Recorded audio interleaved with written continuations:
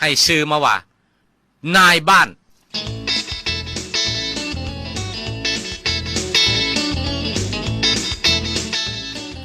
บุญหัวบ่สมหัวบุญงัวบ่สมแอกบุญตาแหกบ่สมไก่ต้มงมเลี้ยงกับบ่กิน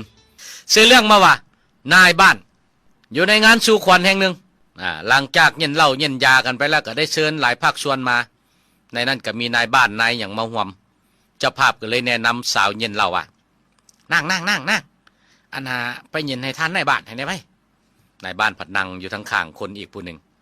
นางนั้นก็บ่จ่าแจ้งปานใดก็ไปเย็นตามคำแนะนำของเจ้าภาพนางสาวเย็นก็ไปเย็นแล้วก็ว่าขึ้นมาเอาอายนายบ้านเชิญดื่มเนอะเดจอกเหล้าให้พร้อม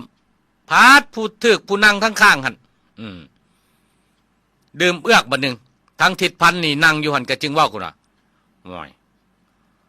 เดี๋ยวให้มันถือคนได้ไหมเราบ่แม่นนายบ้านดอกค่อยพี่นายบ้านนะเบิ่งบ่ออกบ่ทางผู้สาวเย็นเลยว่าคุณว่ากระจักแล้วเอ้ยเนาะบ่ใส่ปลายแค้นข้อไว้ไผอีหู